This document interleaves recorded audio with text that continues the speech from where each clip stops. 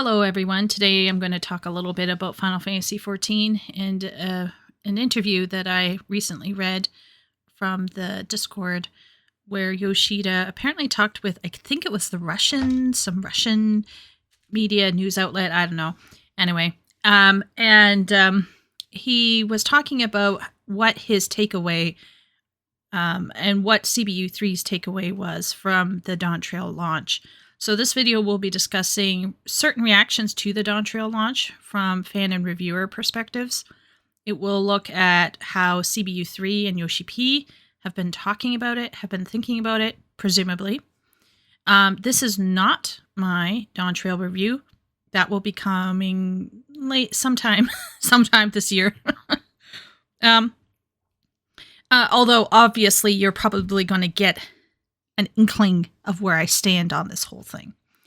Now, first off, I want to say I really appreciated this interview because I think it cleared up quite a bit about Dawntrail for me and how it happened.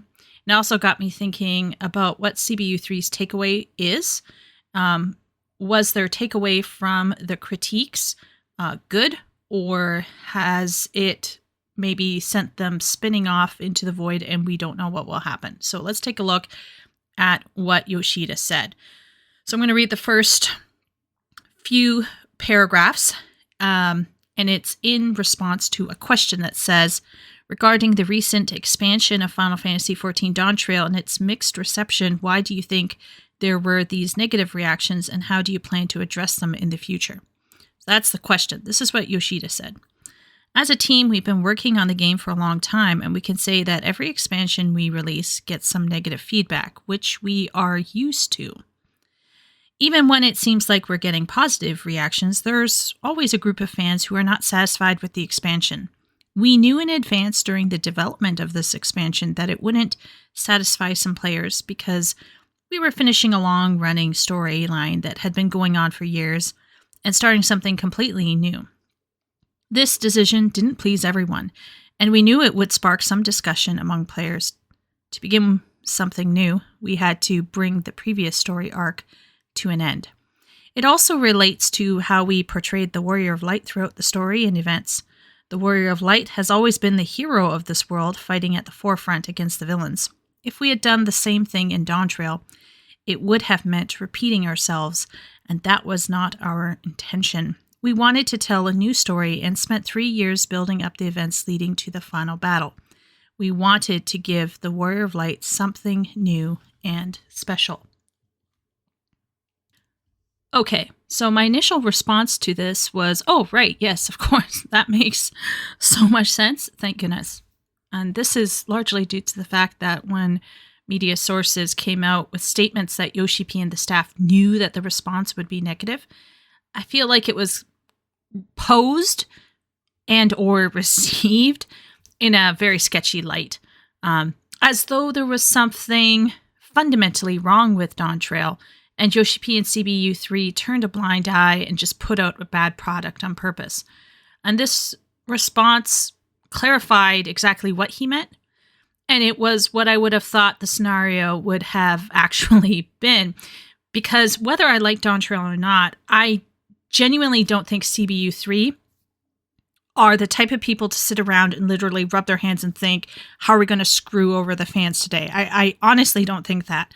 Now, maybe there are some devs in CBU3 that are like that, but I genuinely am more inclined to believe that any kind of failure on CBU3's part is due to misinformation, or is due to human error, or is due to stupidity, not egregious malice.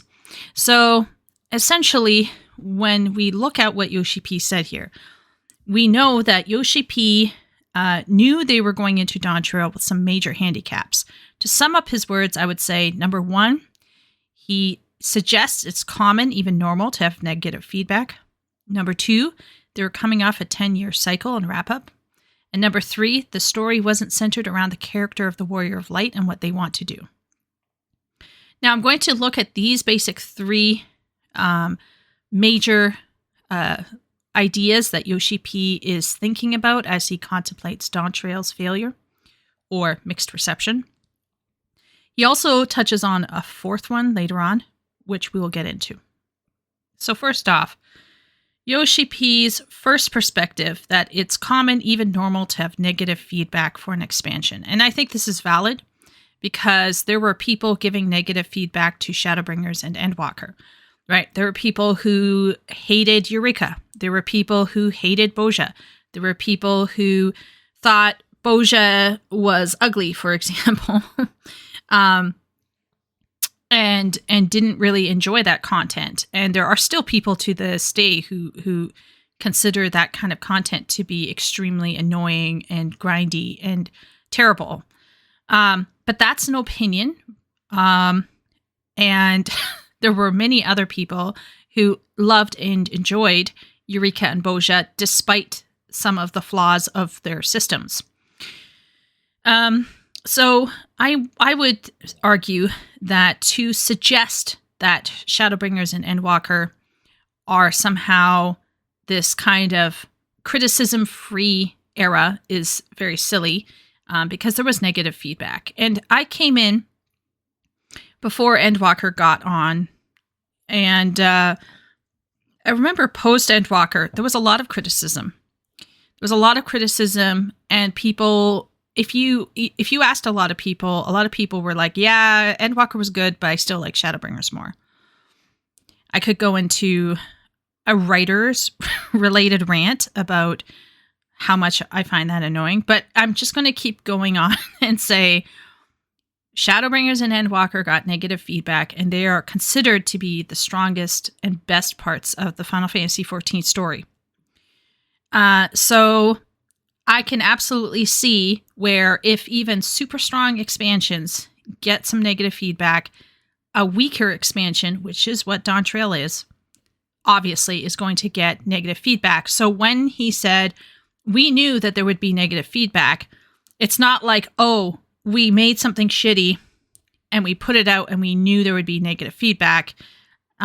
It's more like we've always known there is negative feedback. That's part of the way it is when you're making a game, which is, I believe, absolutely valid. It's bound to happen. But that doesn't still answer some questions we might have about Dawntrail. So let's keep going. Number 2, Yoshi-P points out they were coming off of a 10-year cycle and wrap-up. And this naturally made some people feel like, what's the point? And some people just kind of noped out. And I'm going to just, once again, try my hardest not to lean into a black-pilled writer here. But I believe this is a valid conclusion because I think most people don't know how stories work. They have this kind of faint memory of a plot graph for grade 5. But in reality, stories are more complex with ups and downs and ins and outs. And there's usually... overall, for very large stories, you're going to have periods of slower pacing followed by ramping up to a semi-climactic moment, and that will continue on until the actual climactic moment. So I think a lot of people went in to Dawntrail thinking that this was like it had to be bigger and better than Endwalker. Now, there are some people who went into Dawntrail expecting a vacation, and they didn't get that. And I think that is actually, those are the people we should be really paying attention to why they have beef with Dawntrail. Because I think they went in with more reasonable expectations of a slower beginning, more casual approach to the story. We need to talk to those people because I think those people went in with the right mentality. And if they are disappointed, we need to ask them questions. Why was it disappointing for you? But there are lots of people out there who don't want a story to end. They want it to keep going. And that's why we sometimes have these TV shows that don't end when they ought to end. Because there's people who want to capitalize on the money, and there are genuine people who don't want the story to end. I mean, that's what happened with Sir Arthur Conan Doyle's Sherlock Holmes. He killed off Sherlock Holmes, and people they didn't, they refused to accept it. He had to bring him back. And anyway, so TLDR, they're coming off of a 10-year cycle. That's going to leave some people feeling deflated. It's going to leave some people feeling like, what's the point now? The story is over. The game is over. We've beat, this big boss. What's next? And I think it's a valid feeling to have. Ending a story is always rough. Ending a story feels like you're saying goodbye to an old friend. You don't want that to end. I think it's a very human response, but it also speaks to a lack of respect as to how stories have to end. Otherwise, it just becomes a zombie, really. And there's a way in which the Warrior of Light could still find actual challenges. There are ways to write a character that appears to be overpowered. I say appears because I don't think people understand, once again, how to write powerful characters.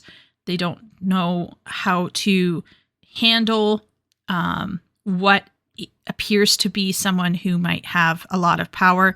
And I say appears because I also think people don't understand what the Warrior of Light is and what they're capable of. They have the skewed notion, in my opinion. So this leads us to number 3. The story wasn't centered around the Warrior of Light and what they want to do. And this is another valid conclusion because I'm very sad to report, but there are lots of people who think that the story is actually about Warrior of Light. And Yoshi-P himself points out Warrior of Light is very central. But my hot take about this, and I hope Yoshi-P understands this as well, it's never entirely been about the Warrior of Light. Now, a lot of people have this overinflated notion about Asm since Shadowbringers. There's these people out there who still don't get the point of Asm, and they complain when they have to do minor chores for everyday people. They don't understand what Asm stands for. They don't understand what Asm represents, and they don't understand what character Asm is. Because, hot take here, we aren't actually creating our own Asm. Asm is an archetype, and our character grows into that archetype. And we are simply playing the role through the game as we reach that archetype. It's not about making our own role or making our own Asm. Now, of course, there's some slight flavor as to whether, your Asm is going to be softer or harder or sassy or not. But generally speaking, Asm is a kind, warm-hearted adventurer who is just seeking not just, the next thrill, but also helping people. And these kinds of people who are so over-focused on their Asm get squirrely when the story is not about them and their character. And we could see this sometimes already with certain parts of stories where it kind of goes away from the Warrior of Light and it focuses on a side character. And some people will kind of just be like, oh, what's this on? Oh, Artwell and Manolane. Oh, right. Shadowbringers had less of an issue with that because there was more mystery. It was like, who's Emmett Selk? Who is the Crystal Exarch? But Stormblood, for example, was considered to be a hot mess. And it began with Lys. And lots of people hated having to tag around after Lys. And if you weren't with Lys, then you were with Hien. Now, in my opinion, I think the Hien onward stuff was phenomenal in Stormblood. I actually thought everything from Kugane onward was absolutely fantastic. The front part for me of Stormblood lagged a little, but at no point in time was I sitting here going, well, this isn't what my Warrior of Light would do. Well, this isn't about my Warrior of Light. Oh, this is so boring. Like, I was just like, well, we're developing this character, Lys. She's not my favorite character, but, here we are. Let's see where this ride takes us. I just feel like this has been going on for some time. And in reality, I believe the story combined this really lovely balance of making our character important, but also keeping the world and its history and its factions and the people we know front and center as well. And I have a whole other video about that, about Asm. But basically, I feel like people some people, many people, it sometimes feels like many people don't get this. And they complain about being sidelined by other characters. And I'm kind of like, Wuklamah is not the first time to sideline the Warrior of Light. It's been happening for a while now. However, I think Shadowbringers was probably the key expansion where we had major revelations about us, about who Warrior of Light really was, who is Azim. And I think some people just really love that fantasy to the point where it skewed their perception of what the story is about. And this has led to people saying that Shadowbringers is the best story. And some of them are hinging this on just super cool moments or moments where stuff is, revealed about Azim. Because in many cases, a lot of audiences really love those kinds of things. They like the Shyamalan twist. They love the subversion of expectations. And this actually has resulted in some people, in a kind of pretentious kind of way, chasing after subverting those expectations of providing that twist to the point where the story is compromised. However, I definitely feel like Shadowbringers had these amazing, amazing moments, and it made you feel very special. It made Azim feel very special. And I think after that, there were a lot of people who felt like I'm better than having to do all of these little fetch quests and things when that wasn't the point of Azim at all. And furthermore, I recall discussing the loss of individual role quests and how fun it would be for the Warrior of Light to mentor other NPCs through their journey and reveal the next skill sets for the role in question. And I was talking about it with someone from my community, and they were like, yeah, it would be great if we could be the mentor, if we could be the teacher, and then learn, as we are mentoring or teaching someone else. And I think Dawntrail shows that if it's not done well, people will hate it. And even if it is done well, there's going to be a bunch of people who are going to hate having the Warrior of Light babysit this NPC and allow the NPC to have a cool moment and not the Warrior of Light. So these are the three basic takeaways that Yoshi-P touches on at the beginning of this question. And I think most of this is valid because this is really tied into normal human responses to stories and games. And it's just reality, I think, to have negative feedback, to have this sense of where next after a very long cycle, and to have this off-kilter or seemingly off-kilter kind of focus on a different character other than your own character. And it might feel like, boring or just there's no investment for me. And I think if we critique Dawntrail as being bad because it is the first step of a new cycle, or if we critique it as being bad because it's not about us, I think that's not a very helpful critique, because I think there are ways that the writers could write this kind of story very well and still have it be incredibly immersive and incredibly compelling for the audience. Now, I think Yoshi-P could have added a few more things. And he does add one more thing later, and I'm going to touch on it after. But I'm going to touch on 3 things leading up to the final 7th thing. 3 things that I think Yoshi-P should also consider as he looks at why Dawntrail failed. Number 4 and number 5 are slightly related. So number 4 is that Endwalker didn't end well. I think people going into Dawntrail already felt like they weren't being heard. They had issues with certain side content in Endwalker. there was this issue about Island Sanctuary. They didn't have a field exploration zone like Boja or Eureka.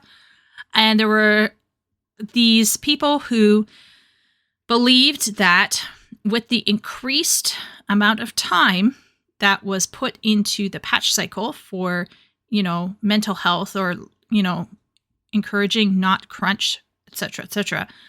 On paper, it looks great. Oh, we're giving our developers time to actually have breathing space. Oh, we're going to actually increase their holiday time. Oh, wow. In a culture like Japan, that's something that is quite laudable.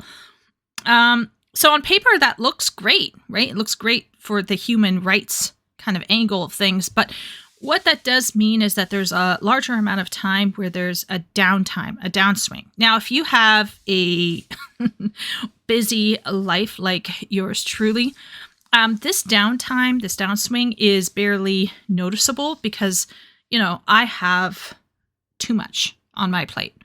And so having a lower key game that I can hop on and then go off and hop on and go off is honestly peak for me. I don't like to feel like I have to log in every single day to do my dailies. But I'm going to be frank, there were a lot of people who were feeling this lack of content, this lack of engagement, and it began to really come to like a head at the end of Endwalker. People started saying, this is getting stale. This is getting, this is just getting too routine for us here.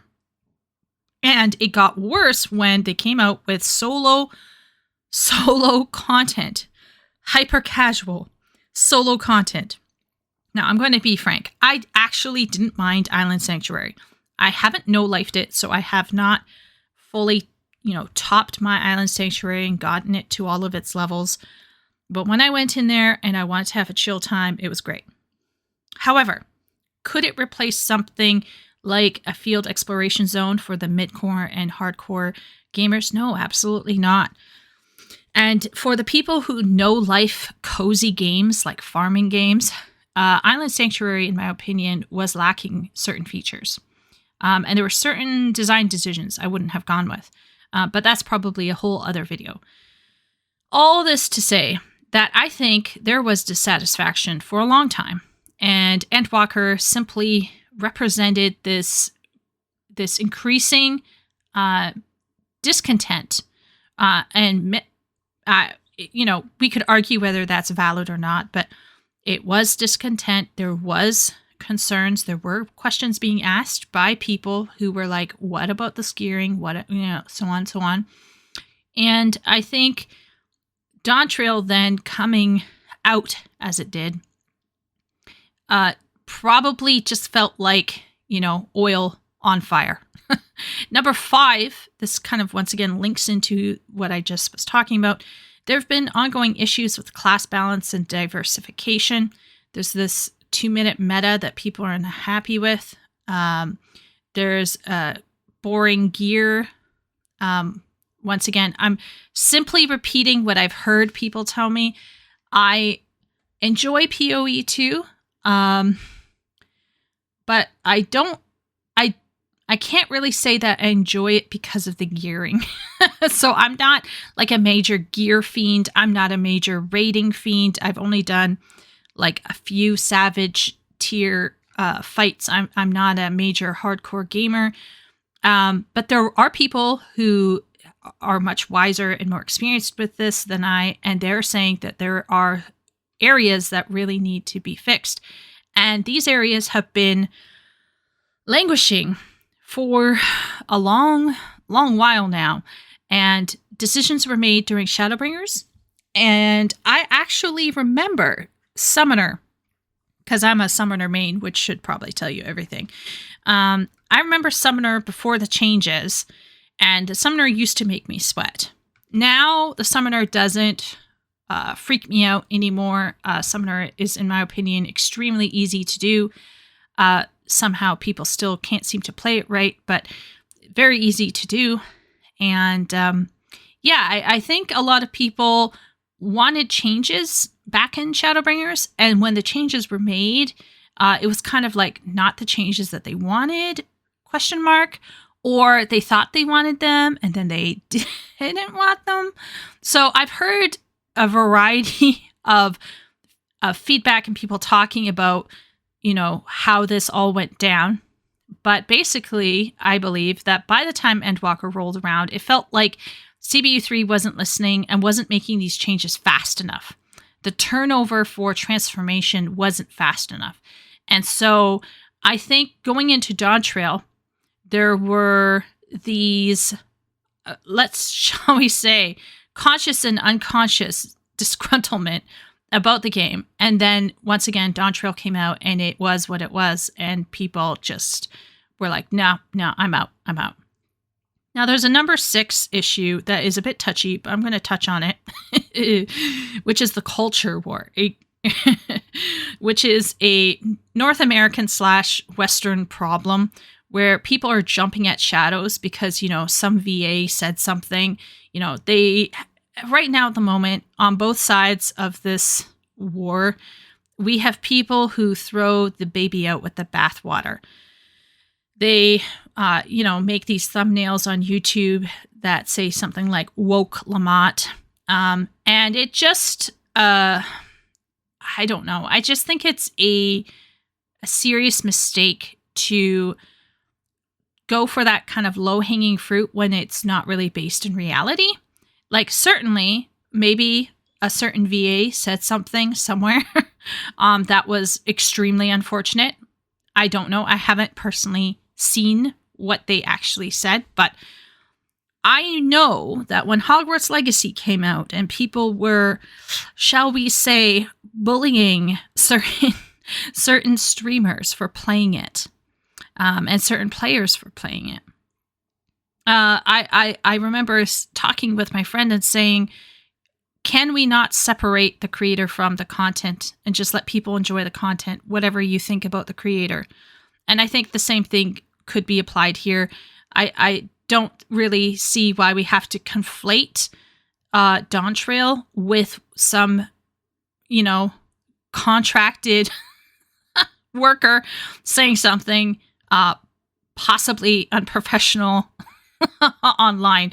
We can just ignore that person and keep going. There are problems with Dawntrail. What some person online is saying is hardly what we need to be worrying about, in my opinion. But this is still a major, how can I say this? This is a major factor that, unfortunately, I think the Japanese will have to contend with, because people are very sensitive right now.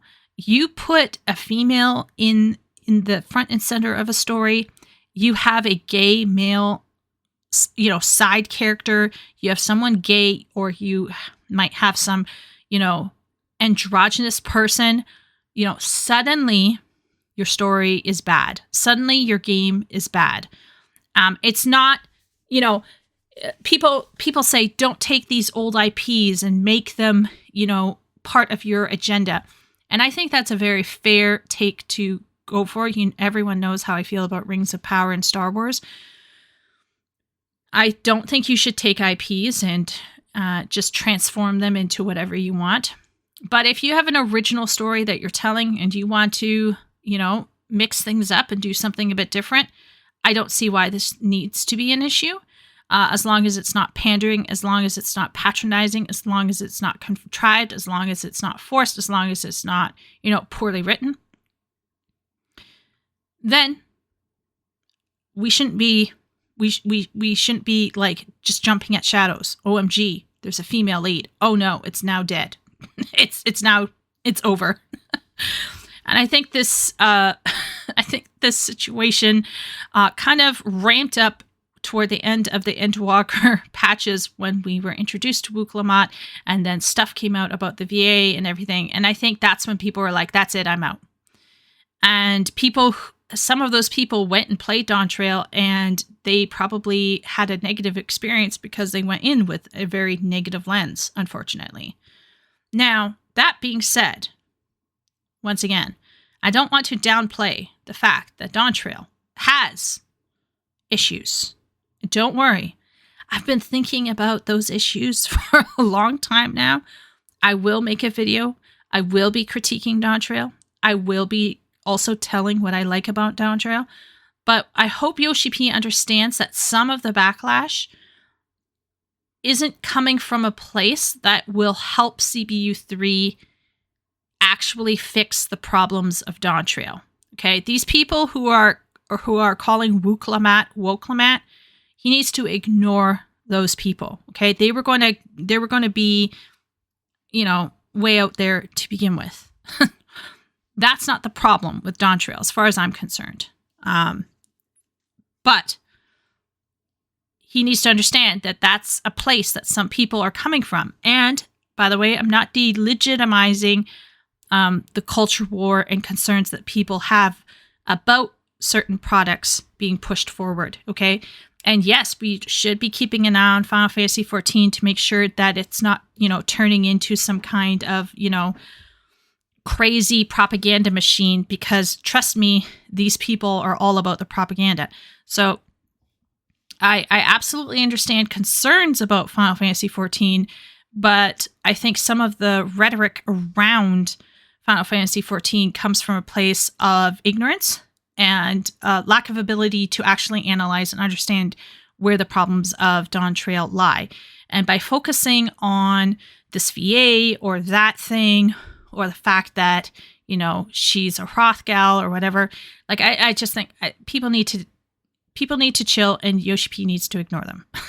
Okay, so let's take a look at the last thing, okay, which is the genuine issues. So Yoshi-P takes responsibility for the genuine issues, and this is what he says. With all of this in mind, we will build upon what's already there. Upcoming updates will introduce more mystery and events that bring the Warrior of Light back to the forefront, returning as the hero of this world. We ask players to look forward to what's coming in updates 7.2 and 7.3. One other thing I can take responsibility for is that we wanted to introduce everything gradually to the players.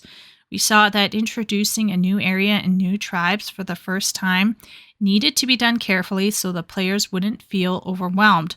Some people, however, felt bored and wanted things to move faster, so I've learned the lesson, and the next expansion will have less explanation and introduction. These explanatory tasks will be placed in side content to allow the main events to move at a faster pace. However, it's important to note that many people enjoyed the expansion, and I want to emphasize that it's a matter of perspective. We're learning from everything to be able to build on it for what's coming next. Okay, so let's get into the genuine issues. I'm not going to go into it too deeply.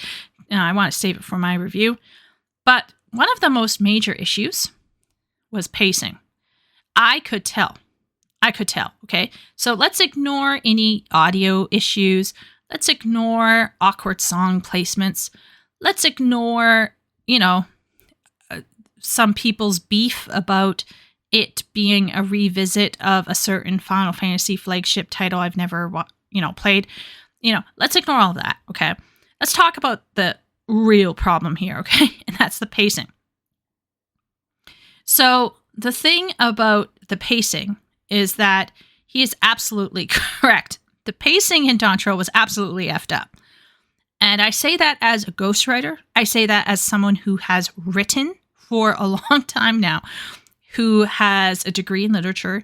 I know how to analyze a text, and I can absolutely say that there was pacing issues in Dawntrail. There was not enough fighting for the people who are just there to game. There wasn't enough solo content duty fighting. There wasn't any reason to stop and engage with the environment to fight the animals there. So there was just not enough fighting. There was too much exposition at the beginning. So I love A Realm Reborn. I like how they did the exposition in so far as if you actually sit and look at A Realm Reborn. And I don't think a lot of people have done that. But if you actually sit and look at A Realm Reborn, please watch my video about it. They have Louis Swa do this kind of introduction of the major issue of this realm. And then you get straight into, let's pick up some stuff. Let's talk to some characters. Let's go out and hit some things and kill some things. And I really felt like Dawntrail at the beginning was very slow. And let's be honest, part of the problem is there was too much of one character's point of view, Wu Clamat. Now, some people love her. Some people love to hate her. I actually, toward the end, I was on a roller coaster. I was like cautiously hopeful. I was like, okay, so she's not woke. She's not a Mary Sue. We're good. We're good. And that was just like, oh, Lord, please let this end. Why is she here? Why is she talking? What? And then, oh, okay, well, that's funny. That's hilarious. Oh, she's growing a little. Oh, my Lord, why? Why do I have to still see her? So I went through a little journey with Wu Clamat. I just think there was a bit too much of her. And honestly, this leads right straight into my next point about the pacing, which is too little the Scions and Warrior of Light. So what we really wanted to see was, the person that we cared about. Now, I don't care about Cryo. I kind of care about Erenville-ish. I don't care about Cryo. I don't care that much about Erenville. But I have known them longer. So I feel like that next story should have been way more focused on them. And it was just too much of this brand new person that we're all just like, okay. And so I just think it was way too much of the one character and not enough of Erenville and Cryo. That was a major mistake, I think, on their part. And honestly, there were some times where I was like, why did we have that scene? We already knew that? What? So it just felt repetitive at some points. And so I actually think that Yoshi-P reflecting on this and saying, hey, we need to make sure that we're not front loading too much in this is both encouraging and worrying. Okay.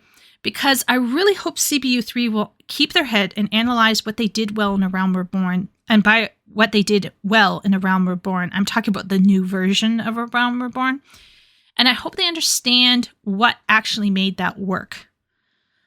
I hope that they don't just react to fan pressure and give fans crap because the fans asked for crap. Okay. So like a lot of people don't understand that the beginning of a story does have to be slow. You do like this in media res start with the action is a modern trope that in my opinion is often overused. And it will actually lead to exactly what Yoshi-P was trying to avoid, which is this kind of dump of information. So, your character wakes up, it's in this battle zone, someone's yelling at you a name you don't understand, you're in a place you don't understand, there's a conflict going on that you can't really feel compelled about, someone's saying something about putting a MacGuffin in a place that you don't know about, or someone's talking about some back thing that you don't understand. No. In media res, when it's done poorly, is the worst thing ever. And in fact, I think a lot of mobile games, and I've played a lot of gacha games as well, they always go down this trope, right? Like I played the beginning of Genshin Impact, I played the beginning of Arc Knights, and I played the beginning of Punishing Grey Ravens and Tokyo Debunker. And I think out of the four, Tokyo Debunker probably had the strongest beginning, but Punishing Grey Raven actually was phenomenal. Okay, Arc Knight and Genshin Impact for me was like, eh. So basically, I think people don't know what to ask for sometimes, or they have a gut instinct that something needs to change, but they're not sure how to talk about it. And so they go online and they talk about it in the most terrible way possible. And then the devs are like, yes, that's what you want. Yes, absolutely. I'm just like, no, that's not, no. Okay, so let's summarize these takeaways here. So number one, Yoshi-P's takeaway was to continue forward, which is a good idea because there's no use crying over spilled milk. You can't sit around and wring your hands and go, oh no, we shit the bed. Oh no. Like just keep going. The key to performing music that I learned when I was studying piano way back in the day. Okay. The key to performing music is just to keep going when you mess up. And the same thing with writing, like just keep writing, and get a good editor, get a better editor, really. and just keep going. Like there's at this point in time, we can't sit here and go, well, we can go back and we can tweak some of this. Maybe they could in the future. I would prefer that they spend their time rethinking their narrative pace, rethinking their content, and making sure that this does not repeat again.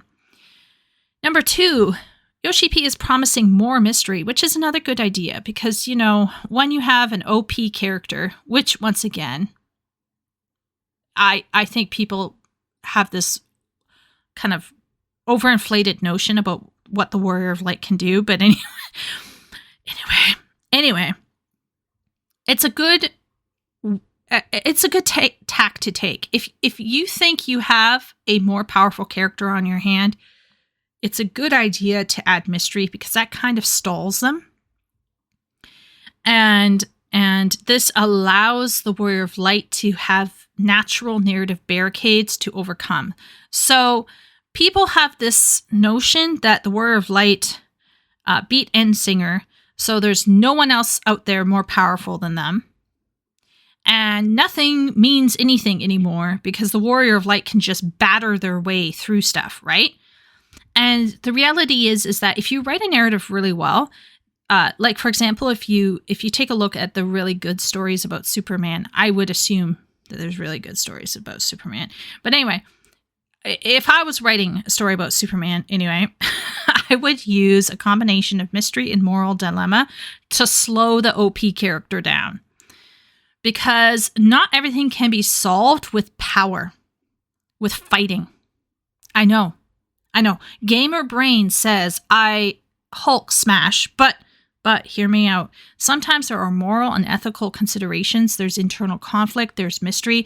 And these things are adequate enough to slow down an air quote OP character. And once again, it's like, oh, wait a minute. Actually, we beat Endsinger because we also had the protection of the prayers of our friends. Oh, did anyone else remember that in that particular battle? So anyway, I once again, I think people have an overinflated view of Asm to begin with.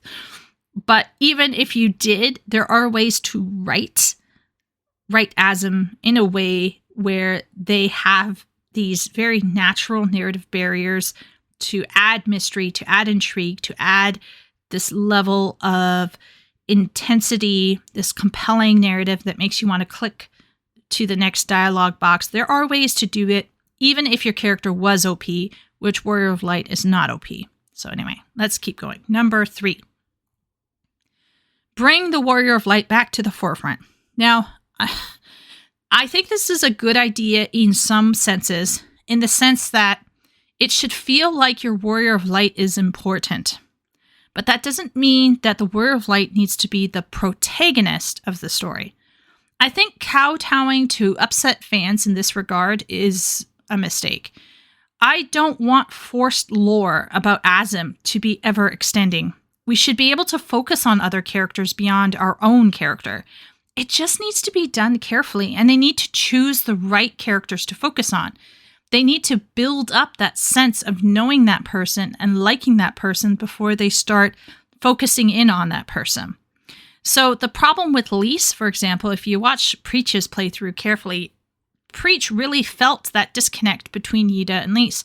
He felt like he'd been lied to. He felt like it was contrived. And it was very hard for him to really like Lise at the beginning of Stormblood. I think he was okay with her by the end.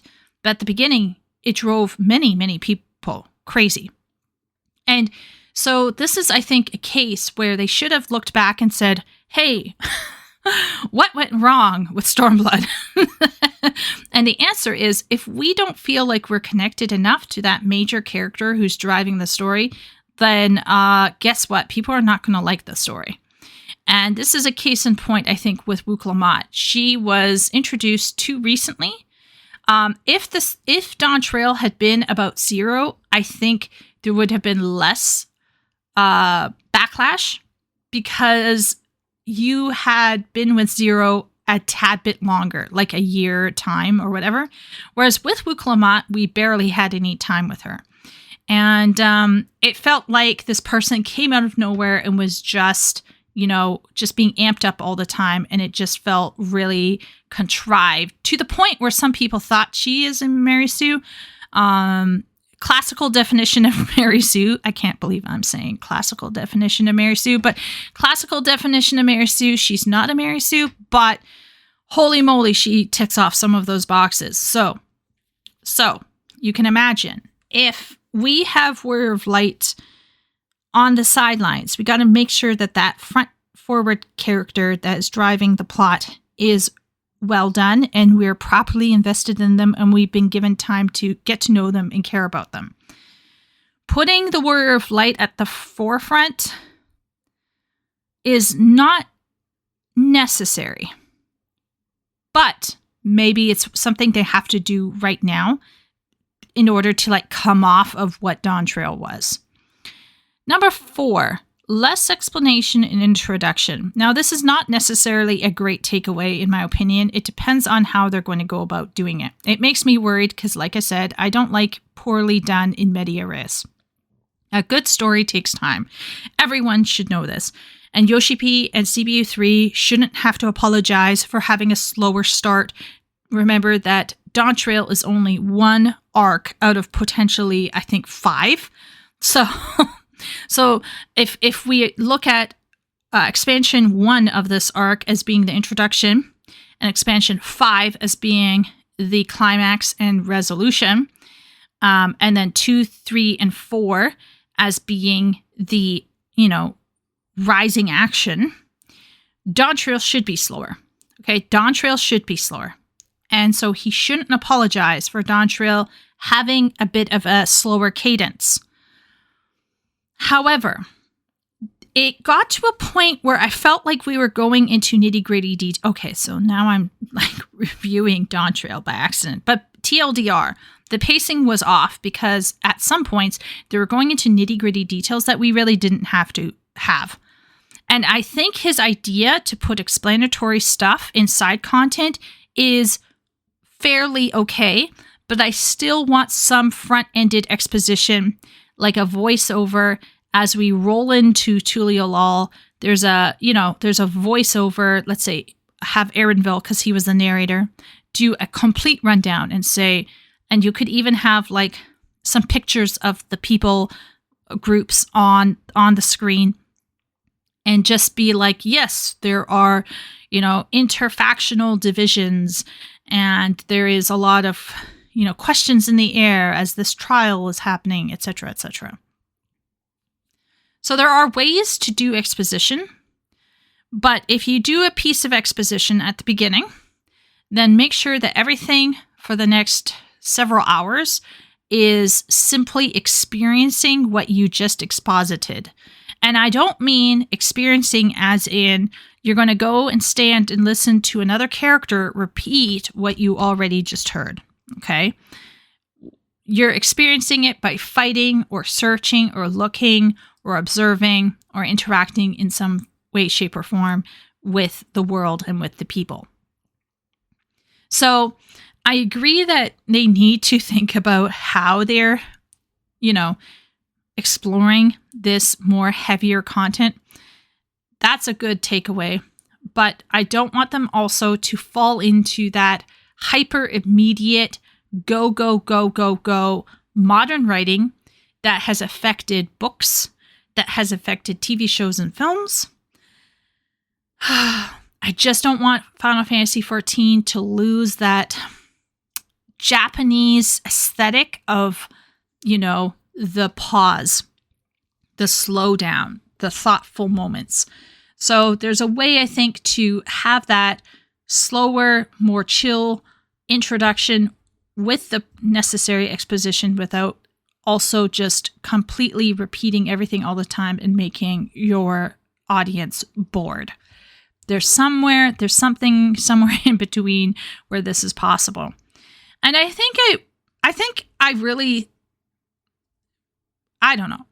really believe that if they had committed to the summer vacation trope and gone kind of like that one video game recently that I saw, which was Yakuza, like the Yakuza pirate in Hawaii thing, if they had gone for something like that, I think that would have actually gone over better. As crazy as it sounds, it would have been hilarious to have the Warrior of Light doing mini games, and then someone calls him away and is like, oh, we need your help with this one thing. Can you help us with this one thing? So then Warrior of Light's like, okay, fine. I'll go and I'll kill this thing for you. And then, Warrior of Light goes back to, let's say, another kind of game kind of thing, like a treasure hunt or like a quick time volleyball game. Whatever. Someone else is like, oh, Warrior of Light, we need you over here with this team. Because you could have the hero trials, in the background going on. But I just think, like, if they had actually committed to the summer vacation trope, I think that would have been better. But anyway, once again, I'm now just sliding into the Dawntrail review. I will get it out someday.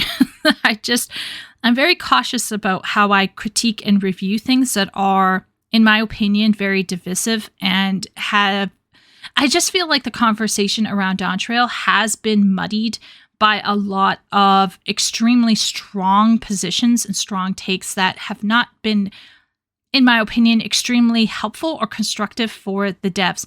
I have faith in certain influencers and famous FF14 content creators being able to speak calmly and logically to CBU3.